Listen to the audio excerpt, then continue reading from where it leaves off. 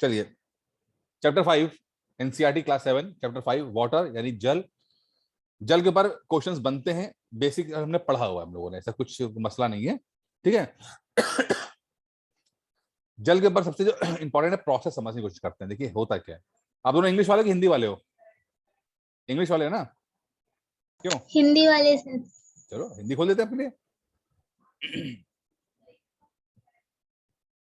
चलिए जल, ठीक है, सिंपल सी बात है। नीचे जल चक्र दिया गया है, वाटर साइकिल दी गई है, ठीक है। वाटर साइकिल के बारे में क्या होता है, सिंपल सी बात है। पानी का कोई पानी होगा, अब समुद्र हो, नदी, नाला, कुछ भी हो, ठीक है। और उसके बाद इसका क्या होता है, इवेपोरेशन होता है। क्या होता है? वाष्पीकरण, ठीक है। वाष्पीकरण होता है। हेलो, वाष्पीकरण के बारे में पता है? पता है वाष्पीकरण यस क्या होता है? सर। हाँ तो हाँ हूँ बोलते रहो बेटा, ठीक है। हमें पता नहीं लगता कि आवाज जा रही है कि नहीं जा रही है, थोड़ा दिक्कत में ये रहती, ठीक है। काम कर रही इसलिए नहीं कर पाती हूँ बार बार। वाष्पीकरण होता है, बाकी लोग तो बोल लो, अच्छा ठीक है। अब वाष्पीकरण जो होगा वो, इसका मतलब है कि पानी इवेपोरेट होकर, यानी कि जो लिक्विड है वो गैस के फॉर्म में कन्वर्ट होगा गर्मी के कारण और ऊपर उठेगा। जो मैंने पहले भी समझाया हुआ है आपको कि चाहे वायु हो, एयर हो, एयर की भी क्या क्वालिटी है, गर्म एयर की क्वालिटी क्या रहती है कि वो ऊपर उठती है, वो हल्की हो जाती है और ऊपर उठती है। भारी एयर क्या होगी, नीचे गिरेगी, हल्की एयर ऊपर जाएगी, ठीक है। वाष्पीकरण में क्या हुआ कि ये गर्म हुई और भाप बनी, भाप बन के ऊपर जाना शुरू हुआ, ऊपर गए, थोड़ा और ऊपर गए, ऊपर गए। जैसे जैसे ऊपर जाएंगे वैसे वैसे क्या होगा, कंडेंसेशन होगा। क्या होगा? कंडेंसेशन यानी संघनन, कंडेंसेशन संघनन, ठीक है। इसका क्या करता है ये क्या करता है, क्योंकि ऊपर जा रही भाप वहां जाके ठंडा हो गया, ऊपर भाप जाएगी और ठंडा हो जाएगा। ठंडा होने से क्या होगा कि ये क्या बनाएगा, बादल बना देगा, ठीक है। वाष्पीकरण ऊपर गया, बादल बना देगा। अब बादल, फिर बादल बनने के बाद क्या होगा, बादल आपस में टकराएंगे तो उसके बाद वर्षा होगी, बादल से पानी गिरेगा और पहाड़ों के माध्यम से होते हुए, पहाड़ पहाड़ बता दिए वैसे नॉर्मल में भी, नीचे आके बहेगा, फिर उसी नदी में आ जाएगा। ये वाटर साइकिल है, ये वाटर साइकिल है। Evaporation, condensation, precipitation. प्रेसिपिटेशन का मतलब होता है पानी गिरना या बर्फ गिरना, ओले गिरना, सब आते हैं प्रेसिपिटेशन में आते हैं, वर्ड इस वर्ड में आते हैं, ठीक है। जैसे कि वर्षण का मतलब होता है बरसात या ओलावृष्टि, ठीक है। जितना भी प्रोसेस है, बर्फ गिरना, हिमपात जो होता है वो सब, सबको अगर कंबाइंड वर्ड में लिया जाए तो उसे वर्षण कहते हैं, या इंग्लिश में बोलते हैं प्रेसिपिटेशन।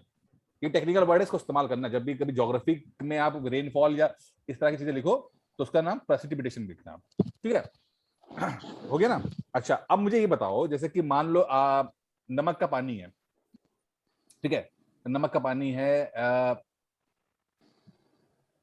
और उसको आपने बाहर खड़ा रख दिया, आपने धूप में रख दिया, तो नमक के पानी में क्या होगा, मतलब इवेपोरेशन होगा कि नहीं होगा? इवेपोरेशन होगा कि नहीं होगा? नमक के पानी में इवेपोरेशन होता है कि नहीं होता, वाष्पीकरण होता है कि नहीं होता है? यानी क्या कोई वाष्पीकरण होता है कि नहीं होता है, बताइए। अगर नमक का पानी रखा हुआ है तो उसमें क्या वाष्पीकरण होगा कि नहीं होगा? अरे कोई नहीं बोल रहा है। होगा, होगा ना? होना चाहिए सर। होना चाहिए, होगा। होगा, होना चाहिए। चलिए मैं मान लेता हूं कि होगा, ठीक है। अच्छा अब इसमें, होगा होगा। चलिए होगा। अब नमक के पानी है, मतलब एक ऐसा घोल जिसमें नमक है और पानी है, दो है, ठीक है।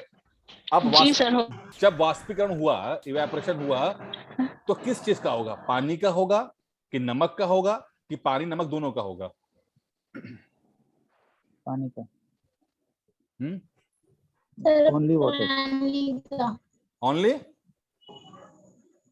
क्या, जोर से बोलिए, क्या हुआ, क्या बोल रहे हैं? पानी का। पानी का होगा। नमक का होगा कि नहीं होगा? नमक का क्या होगा, नमक क्या होगा, नमक का, नमक का क्या सर वो होगा? तो घुलनशील पदार्थ है ना, वो घुल जाएगा। कहाँ घुलेगा, मतलब नमक का क्या होगा, मुझे सिंपल बताइए सर पानी में। मैं कह रहा हूँ पानी और नमक का घोल अगर रखा हुआ है बाहर धूप में आपने, और तो क्या होगा, प्रोसेस क्या है मुझे बताइए लास्ट। ये आपका साइंस का सवाल समझ लो या ज्योग्राफी समझ लो, मुझे बताओ कॉन्सेप्ट बताओ पहले क्लियर करके। पानी और नमक का घोल आपने बाहर रखा धूप में, तो क्या होगा उसका, जल्दी बताइए।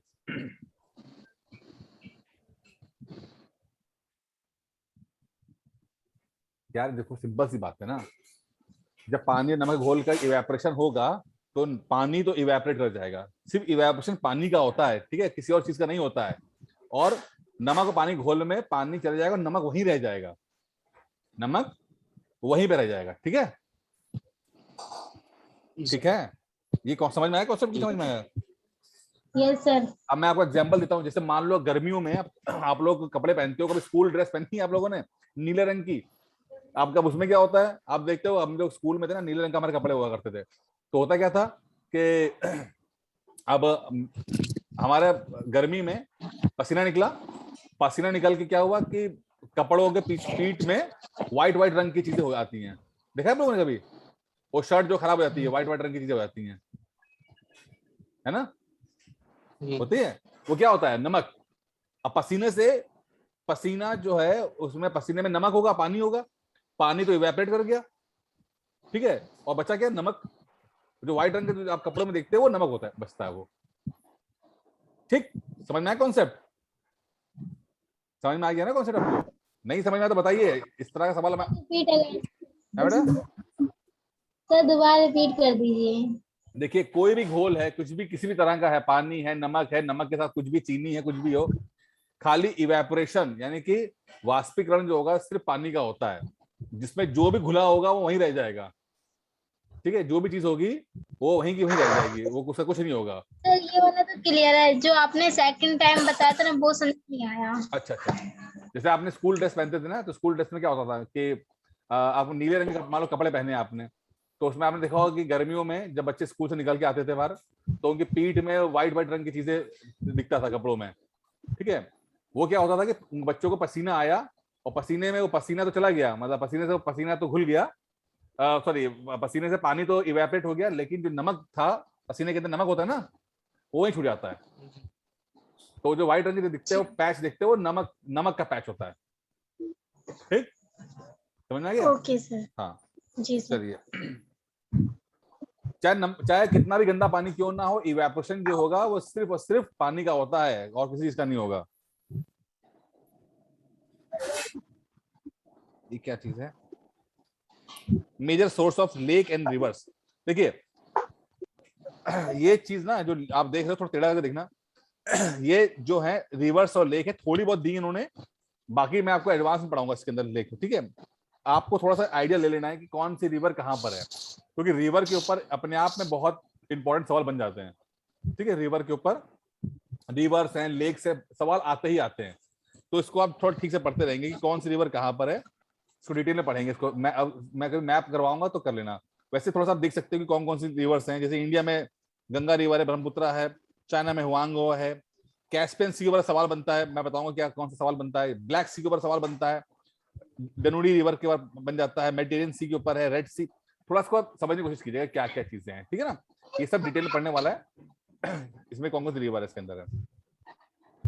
अच्छा, अब जैसे कि हमारे पूरे पृथ्वी पर कहा जाता है कि लगभग 75% जो है वो है पानी है, 75% पानी है, ठीक है, अब उसमें भी नमकीन पानी है, क्या है, नमकीन पानी है, अब नमकीन पानी है, और सिर्फ पीने वाला पानी जो है वो है मात्र, यहाँ पे क्या लिखा हुआ है 0.2% है, 2% कह लीजिए बस, अब आई थिंक 0.02% होता है पीने वाला पानी, ठीक है, मतलब पूरे इसमें जितना पानी अवेलेबल है उसमें 97.3% तो सैलाइन वाटर है, सैलाइन वाटर का मतलब नमकीन पानी, सैलाइन वाटर का मतलब होता है नमकीन पानी, नमकीन पानी कहाँ मिलता है आपको, महासागरों में।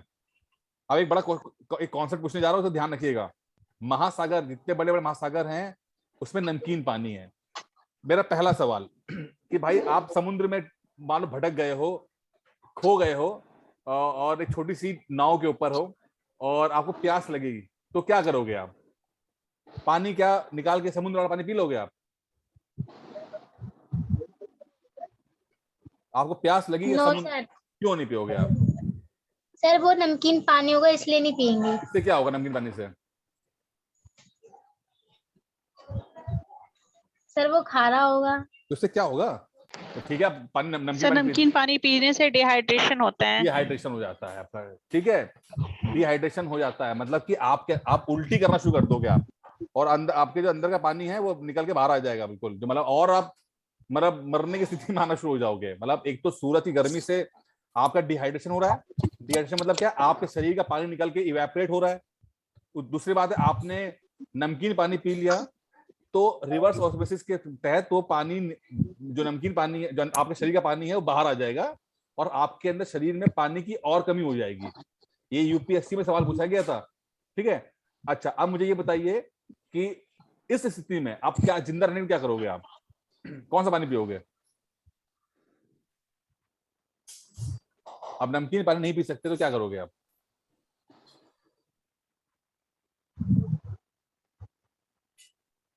सर झीलों का पी सकते हैं या अरे आप फिर समुद्र में हो, फंसे हुए हो,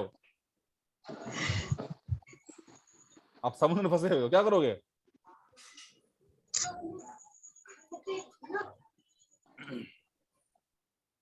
समुद्र में एक कॉन्सेप्ट है मैं कॉन्सेप्ट क्या कहूँ, मैं बता देता हूँ, जब ज्योग्राफी पढ़ाएंगे।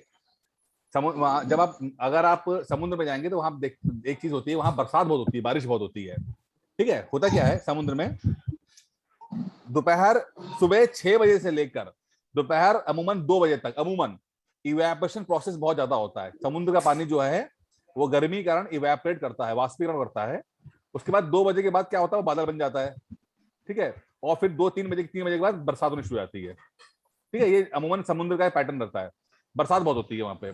तो जब भी आप समुद्र में फंस जाएं, तो आप चांसेस रहेगा कि हर दिन आपको बारिश देखने को मिलेगी, आपको खूब बारिश मिलेगी। तो जो बारिश आपको देखने की मिलेगी, तो उस बारिश के पानी को आप कलेक्ट करेंगे और वो पानी पिएंगे आप, क्योंकि बारिश के पानी में क्या होगा, नमक नहीं होगा, क्योंकि हमें पता है, हम पढ़ चुके हैं कि इवेपोरेशन से पानी का होता है, ठीक है, नमक का नहीं यस होता है, सर। नमक वही रह जाता है, ठीक है। तो बारिश वाला पानी पी सकते हो आप। अब उसमें कुछ मसले मसाइल हैं, वो बताऊंगा बाद में, लेकिन फिलहाल आप बारिश का पानी, बारिश प्योर फॉर्म ऑफ वाटर है, one of the pure form of the water है, ठीक है। ये समझ में आ रहा है? कुछ क्वेश्चन बनते हैं कई तरह के, इसलिए बता रहा हूँ, ठीक है। अच्छा चलो, एक सवाल और जोड़ के बताता हूँ मैं आपको।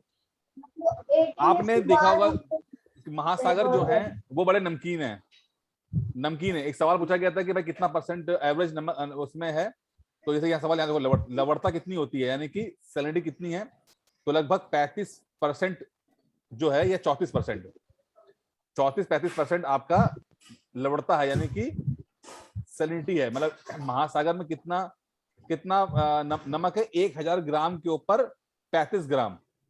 ये सवाल पूछा गया 2020 या 19 में पूछा गया है, ठीक है। अब मुझे ये बताइए, जैसे यहाँ पे लिखा हुआ इजराइल की मृत सागर, यानी कि डेड सी जो है, वो 340 ग्राम प्रति लीटर है, यानी कि इसकी जो लवणता है वो लगभग 340% है, ठीक है। एक वान झील है, वान वान झील टर्की में, उसकी लवणता लगभग 350 से ऊपर है, सबसे ज्यादा नमकीन झील वही है। तो ये इतनी नमकीन क्यों हो गई है बताओ भाई? या जो इजराइल की ये झील है, वो इतना ज्यादा 340 ग्राम प्रति लीटर इतनी लवणता क्यों आ गई है? ये महासागर 35% कैसे होगा? ये कौन बना रहा है, नमक वहां बना रहा है, हैं? सर मिनरल से बनते हैं। कैसे मिनरल्स आएंगे?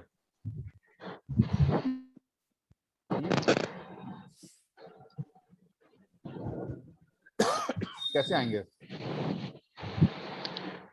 वहाँ के जो वहाँ के आसपास के नहीं। जो जगह जहाँ से पानी स्टोर होता है वहां से। और कोई, और कोई, जल्दी जल्दी, और सर कोई। सोडियम। वो बात पूछूंगा कि sodium chloride, potassium chloride, magnesium chloride, सवाल, यही सवाल आया हुआ है। अभी मुझे फिर बताओ कि ये नमकीन कैसे हो गया ये सब? ये समुद्र, महासागर नमकीन सर कैसे हो गए? नमकीन उसका पानी है इसलिए वो सूख अरे जाता है, इसलिए फिर वो नमक बन जाता है। आता कहाँ से नमक? नमक कहाँ से आता है? सर समुद्र महासागरों से। तो महासागर के अंदर तो नमक है ही है ना, मतलब महासागर में कहाँ से आता है? महासागर में नमक कहाँ से आ रहा है भाई? सर ये वान झील जो आपने बताई ये कहाँ पर है? वान झील आई थिंक टर्की में, वो बता दूंगा मैं, ठीक है। जी देखिए सुनिए मेरी बात, जी ये पहाड़ों से आपकी नदी चली, ठीक है, ग्लेशियर की माउंटेन होती हैं। अमूमन नदियां कहां से निकलती हैं? पहाड़ों से निकलती हैं। पहाड़ से निकलते समय नदियां जो होती हैं अपने साथ जो पहाड़ में जो मिनरल्स होते हैं, पत्थर होते हैं, असल में मिनरल्स मतलब पत्थर होते हैं, ठीक है। इन पत्थरों में से इन पत्थरों को लेके चलती है। देखा होगा ना नदी अपने साथ गाद लेके चलती, गाद जिसे कहते हैं, सिल्ट, इंग्लिश में सिल्ट कहते हैं, मतलब अपने साथ ये मिट्टी, पत्थर, ठीक है, इस तरह की ये माउंटेन का लेके चलती है। और इन्हीं में नमक होता है, इन्हीं में नमक, MgCl, NaCl सब इसी के अंदर होता है, यही इसी में ये जो माउंटेन्स के अंदर होता है। ये जब आकर ये पानी जो है समुद्र में आता है, समुद्र में नहीं, पहले सी में आएगा, समुद्र, हाँ सी, जैसे कौन सी, ये कैस्पियन सी देखिए, ठीक है, या काला सागर देखिए। अब बड़ी इंपॉर्टेंट है, अगर आप ये कैस्पियन सी और काला सागर देखोगे, इसमें बड़ी खासियत दिखाई देगी कि ये जो है कैस्पियन सी देख रहे थे, ये इनका कनेक्शन जो है किसी महासागर से नहीं है, ये लैंड लॉक्ड है। क्या है? चारों तरफ से लैंड से कवर है और इनका कनेक्शन किसी भी महासागर से नहीं है। अब क्या होता है, जब कोई नदी कैस्पियन सी में गिरती है, या ये काला सागर में गिरती है, या ये थोड़ा बहुत लाल सागर हो गया, या इजराइल का जो बताया था डेड सी में गिरती है, तो चूंकि ये इनका कनेक्शन किसी महासागर से नहीं है, तो जितनी रिवर जाएगी, मतलब वो पानी बाहर नहीं निकलता है, बस वहीं रह जाता है, जो भी मटेरियल गिरता है इसके अंदर वो यहीं रह जाता है। अब एक नदी अपने साथ बहुत सारा मिट्टी लेकर आती है, बहुत सारा नमक लेकर आती है। अब वो नमकीन पानी यहाँ पे आया, उसके बाद नमकीन पानी का क्या होता है, हमने कहा कि इवेपोरेशन हो जाता है, और सिर्फ पानी का इवेपोरेशन होता है, तो पानी तो ऊपर चला गया, इवेपोरेट होकर चला गया, और फिर से वो बरसात करके आएगा, लेकिन नमक छोड़ जाता है। तो जो पानी काला सागर या कैस्पियन सागर इसमें आता है, वो पानी इवेपोरेट हो जाएगा और नमक वहीं छूट जाता है। अब इस प्रोसेस में नमक आता जाता है और वो कहीं जा नहीं पाता है, ठीक है।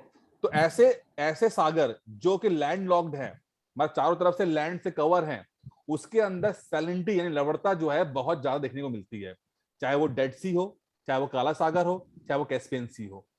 लेकिन जो सागर महासागर से जुड़े हुए हैं, जैसे कि भूमध्य सागर देखिए जुड़ा हुआ है, कनेक्टेड है ये नॉर्थ अटलांटिक से, तो होता क्या है, जो नदी का पानी यहाँ पे आएगा वो थोड़ा बहुत यहाँ चला भी आता है, तो इनकी जो लवणता होगी वो थोड़ी कम होगी।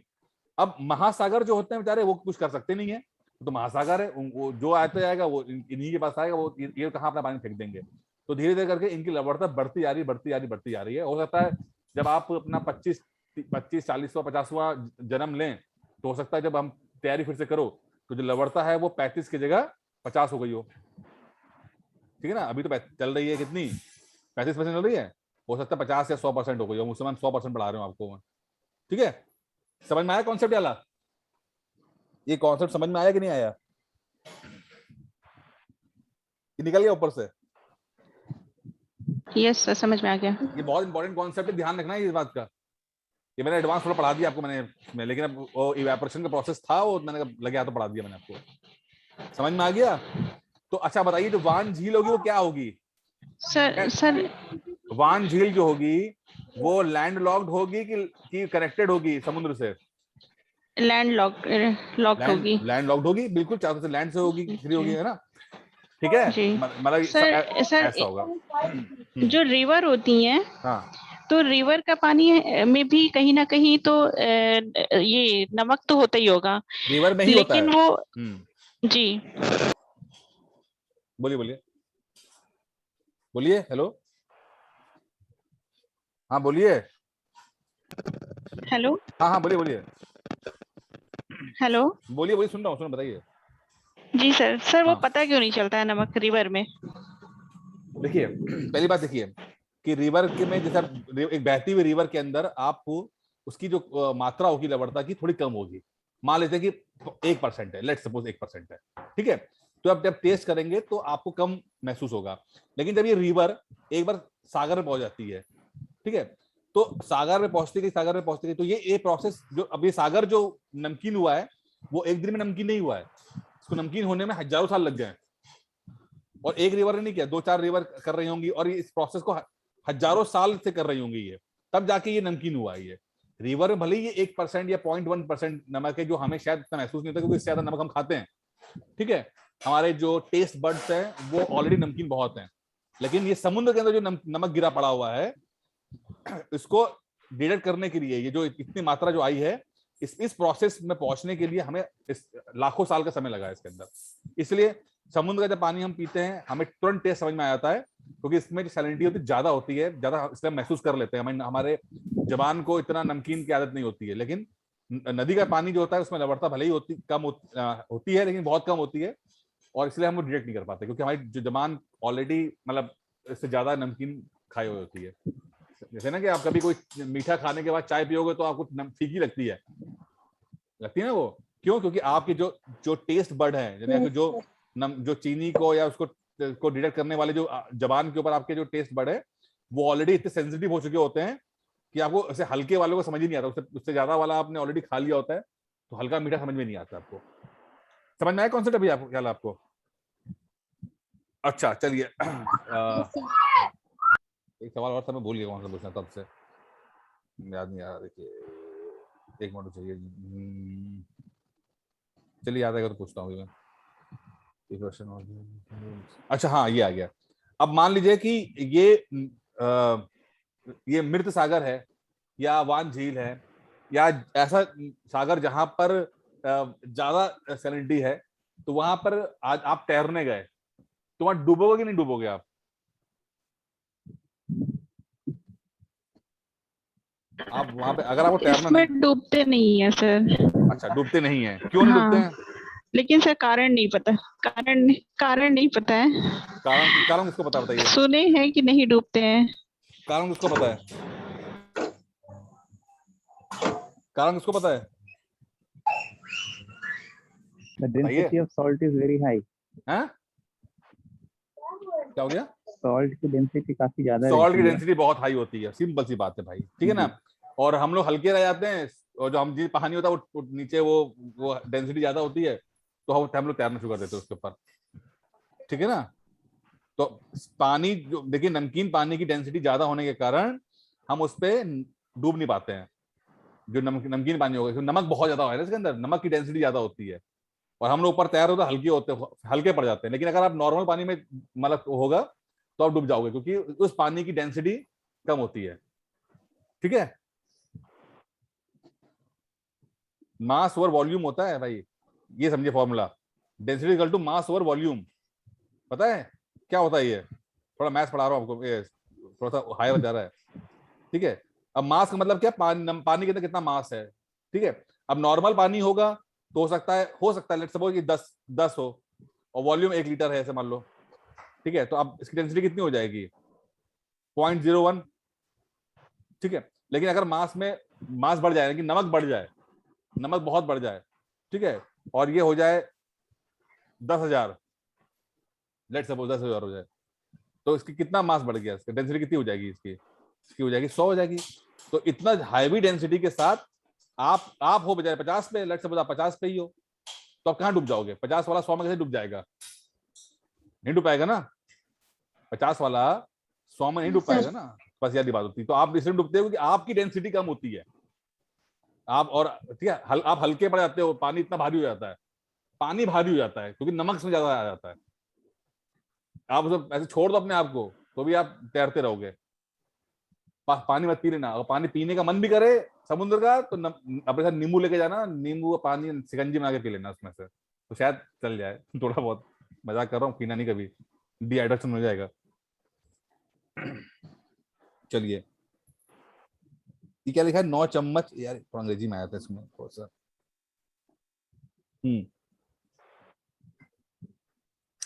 एक मिनट।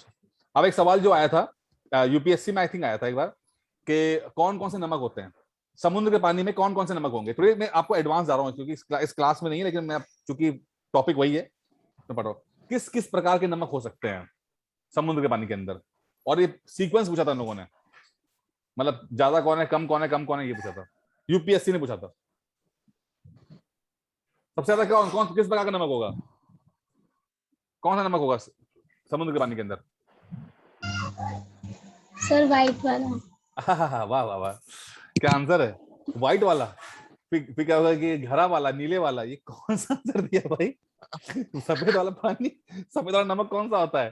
फिर वो काला नमक, वो जलजीरे वाला नमक है, गोलगप्पे वाला नमक, ये बताओगे? अरे केमिकल फॉर्मूला बताओ, कौन सा होता है? कितने? अच्छा बताओ, व्हाइट वाला नमक का फॉर्मूला क्या होता है? कौन सा नमक होता है व्हाइट वाला? ये NaCl। NaCl। क्या बोलते हैं अंग्रेजी में इसको? NaCl क्या होता है? NaCl क्या होता है भाई? Sodium chloride. Sodium chloride. Sodium chloride होता है भाई। ये जो हम कौन सा नमक खाते हैं? ये खाते हैं ना, sodium chloride. Sodium chloride number 1 Yes, होता है, sir. यही खाते हैं। ये व्हाइट वाला नमक यही होता है, ठीक है। इसमें चलो, इसमें क्या मिला रखा है आजकल? आज से क्या मिल के आता है इसके अंदर? आयोडीन। आयोडीन। क्यों? क्यों आयोडीन क्यों मिला के रखते हैं नमक के अंदर? क्यों मिलाते हैं? बॉडी का मिनरल्स अकम्प्लिश करने के लिए। कौन सा मिनरल? वो ठीक है, तो होता क्या? अगर आयोडीन नहीं होगा तो क्या करो हो जाएगा? गोइटर। ग्वाइटर। ग्वाइटर कौन सी बीमारी होती है? क्या होता है ग्वाइटर? कहाँ होता है ग्वाइटर? थायराइड। हाँ ठीक है, मैं गले में होता है। घेंगा घेंगा, घेंगा, गले घेंगा, में वो होता है। गले में होता है, ठीक है वो। घेंगा। हाँ और ये कहाँ ज्यादा पाया जाता है? कहाँ पाया, किस जगह लोकेशन, ज्योग्राफिकल लोकेशन पाया जाता है? ये कहाँ के लोगों को ज्यादा हो जाता है? Hill area. हिली एरिया, बिल्कुल।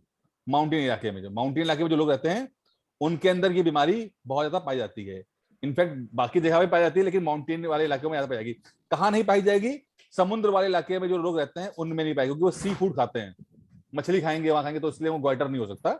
लेकिन जो माउंटेन में रहने वाले लोग होते हैं उनको ग्वाइटर ज्यादा होता है, क्योंकि वहां आयोडीन की कमी खाने में देखी गई है। अब चूंकि ये बहुत ज्यादा मेजर बीमारी रही है हमारे देश की, तो बाद जब आजादी से पहले ही नमक के अंदर आयोडीन मिला दिया गया कि भैया ऐसे तो मानेंगे नहीं हिंदुस्तानी, इसे नमक में मिला के खिला दो लोगों को, तभी सही रहेगा। क्योंकि इसमें एक चीज और भी होती है कि थोड़ा सा बच्चों का दिमाग का पोषण जो होता है, या इंटेलिजेंस है, या बौद्धिक क्षमता है, ये भी बढ़ाने में काम आता है आयोडीन, ठीक है। लेकिन ज्यादा नमक नहीं खाना चाहिए। ज्यादा नहीं खाओ, ज्यादा खाएंगे तो क्या हो जाएगा? ज्यादा खाने से क्या होगा? हड्डी high BP, high BP, high BP, BP BP बढ़ जाएगा आपका, ठीक है। बीपी होता है ना, बीपी बढ़ जाएगा आपका। ये जितना मैं बोल रहा हूँ ना, इसको सुनते रहना, समझते रहना।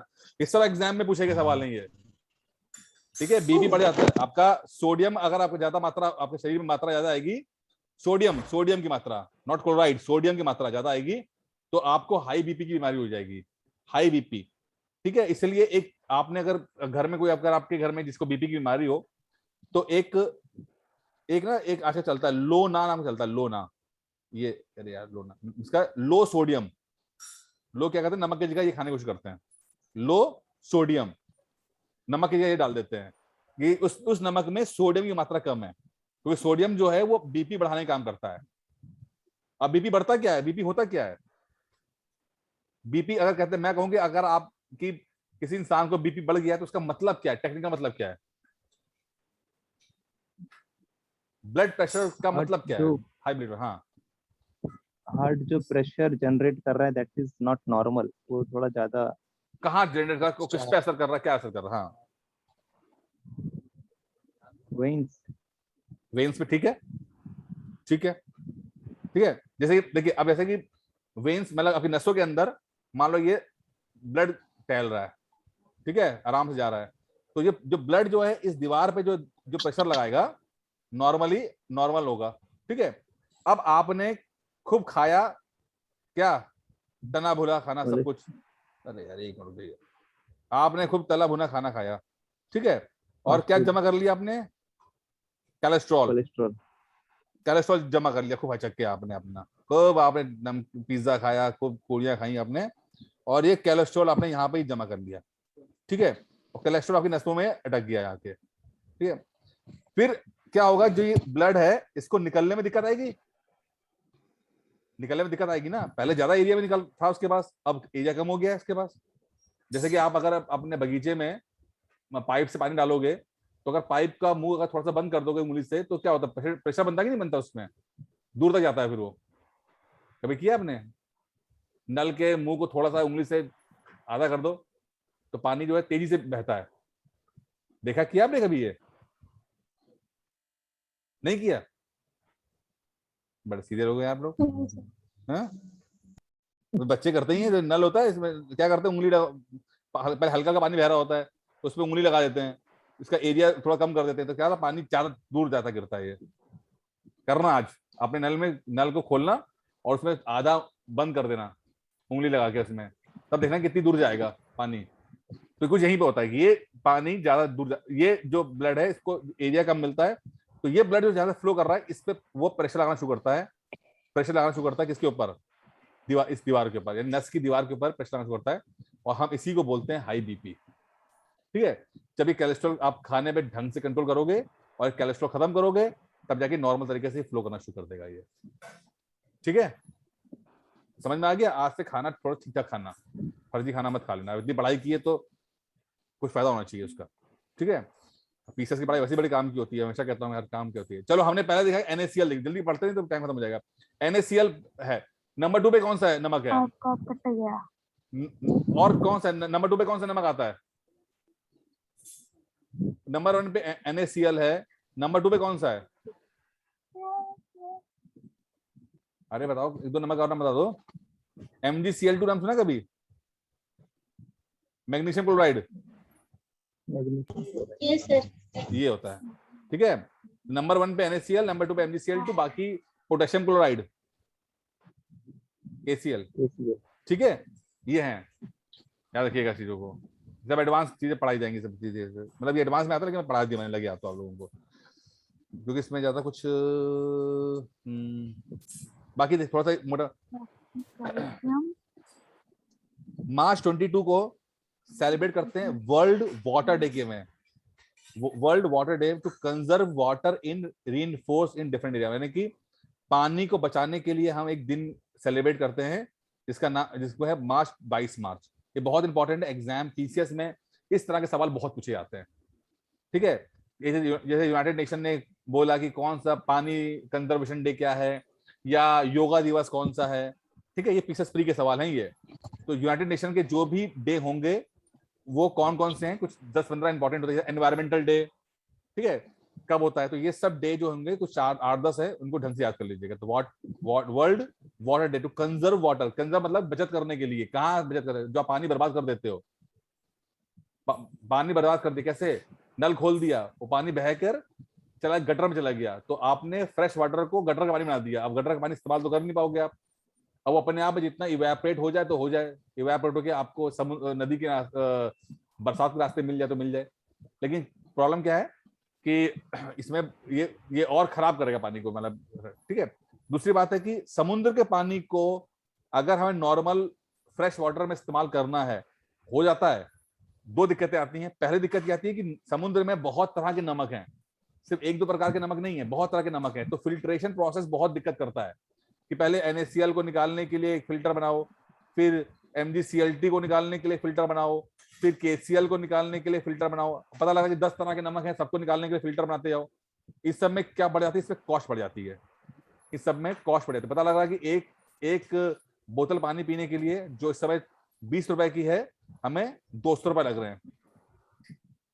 ठीक है, तो ये बड़ा मुश्किल हो जाएगा। इसलिए पानी को बचत करनी है। पानी को बचत करने का तरीका क्या है कि अगर जो रेन वाटर होता है, सबसे इंपॉर्टेंट रेन वाटर, और रेन वाटर हमें छत पे गिरता है, तो कई जगह पे ऐसा होता है कि रेन वाटर को बचाने के लिए एक बिल्कुल पाइपलाइन होती है छत से, वो सारा पानी, छत का पानी जो है लेकर बिल्कुल धरती के अंदर चली जाती है। धरती के अंदर चला के वहां का वाटर जो टेबल है वो रिचार्ज कर देती है। नाम सुना है वाटर टेबल का? क्या होता है अंडरग्राउंड वाटर, जो पता है वाटर टेबल, यानी कि जो इसके अंदर है पानी। ठीक है, अभी पता लगा है कि चेन्नई एकमात्र ऐसा देश हिंदुस्तान का बन गया है, पहला सिटी जिसके ग्राउंड वाटर टेबल बिल्कुल 0 हो गया है। मतलब चेन्नई के नीचे जमीन में पानी की एक बूंद नहीं है। अब पूरी चेन्नई की हालत क्या होगी बताइए। चेन्नई समुद्र किनारे है लेकिन चेन्नई के पास पानी नहीं है, क्योंकि लोगों ने इतना दुर्गति मचा दी वहां पर, इतना वेस्ट किया है। पंप लगा लगा के बिल्कुल बर्बाद किया है कि पानी बचा ही नहीं वहां पे चेन्नई के अंदर। अब वहां पे प्यासे लोग मर रहे हैं। और विडम्बना देखिए कि 2 साल पहले चेन्नई में बाढ़ आई थी वहां पे।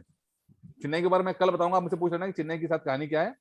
अभी फिलहाल समझ लो इस बात को, चेन्नई ने क्या। तो आप अपना पानी जो भी है बचत कीजिए। अब बचत करने का मतलब ये नहीं कि नहाना छोड़ देना, ठीक है। बताइए सर बचत कर रहे हैं, आज हम नहाएंगे नहीं हफ्ता भर। वेव के ऊपर हम पूछे, वेव्स जो है इसको डिस्कस करेंगे थोड़ा सा। ये लंबा, इसमें ज्यादा अच्छा दिया नहीं है क्योंकि सुनामी वगैरह क्या होता है और वेव्स, ओशन करंट्स वगैरह क्या होते हैं, इस पे हम डिस्कस कर लेंगे क्योंकि ये आपका मेन का टॉपिक भी है वेव्स का, ठीक है। मैं इसको डिटेल में पढ़ाना चाहूंगा, ओके सर। किसी और चैप्टर में आएगा तो मैं थोड़ा बड़ा करके बता दूंगा। टाइड्स भी इंपॉर्टेंट है। चलो ये इंपॉर्टेंट टाइड्स है, टाइड्स दे दिया उन्होंने, टाइड्स, ओशन करंट आ गया, ये कल कराऊंगा क्योंकि तीनों ही इंपॉर्टेंट है, तीनों ही ये मेंस के टॉपिक हैं, ठीक है।